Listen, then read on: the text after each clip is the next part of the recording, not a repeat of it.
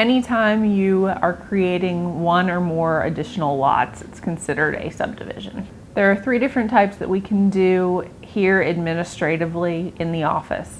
There's the boundary line adjustment, the minor subdivision, and the family subdivision. Boundary line adjustment is if you have, let's say, 2 parcels of land and you want to simply reallocate some of the acreage. You're starting out with 2 parcels, you're ending up with 2 parcels, but you may want to reconfigure the lots a little bit.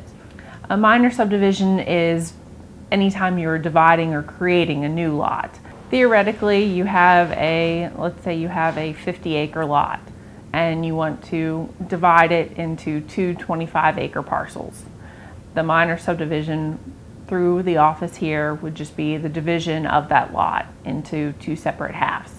The differentiation between a minor subdivision and a family subdivision is defined by who you're dividing off the property and giving it to. But they want to give it to a child, a spouse, etc.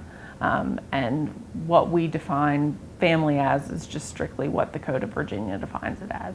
And those family subdivisions then they go through the same procedure as a minor subdivision, the same review.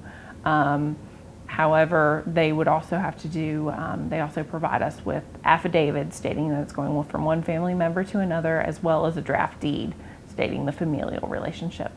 The first thing that you should do is probably come in and talk with us. Talk with us about your options. We can determine when you come in, based on your specific parcel and the specific topographic restraints, etc. We can determine what the parcel zoned.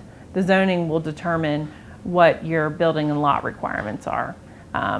It will also determine your minimum lot size, things like that. So come in and talk with us first to determine if the parcel even can be subdivided. And then your second step would be then to contact your professional surveyor. The surveyor will generally then come out to their property. They speak with their surveyor about what their goals are. The surveyor will a lot of times come and speak with us ahead of time, making sure that what the applicant wants is in conformance with our ordinances. And then the surveyor will then go out, show where that dividing line is going to be, bring in a preliminary plat to us, where it takes a maximum of 3 business days for us to get comments back to them. And then it just depends on how quickly they get them back to us and what they need to do to make it conform. And sometimes it comes in and it's perfect. But each property has its own unique set of characteristics.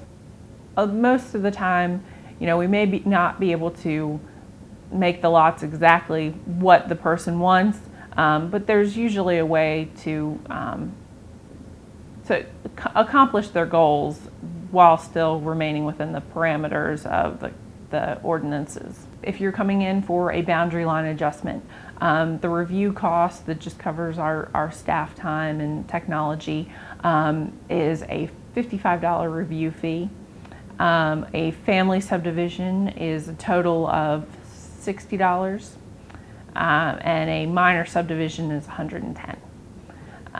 There are, of course, other fees that one would have to contend with, being the surveyor's fee. If a new lot is being created, you are required to have a licensed soil scientist go out and evaluate the site. If they're going to be using well and septic, to identify the soil types and the most appropriate place to put those drain fields. The septic permit is also another fee that once the Virginia Department of Health approves the proposed locations, when you actually get to the point where you're going to implement the septic system, there'll be a permitting cost for that. Also, recording the plat, when we come to that point at the end where everyone signed off and you're ready to make it a lot of record, there is a recordation fee with the clerk's office. The subdivision process can be kind of overwhelming for some people. And it could be that they're just trying to make a little adjustment with their neighbor. They want to swap some acreage, or they want to transfer some land to a child. And it could be as involved as a 50 lot subdivision.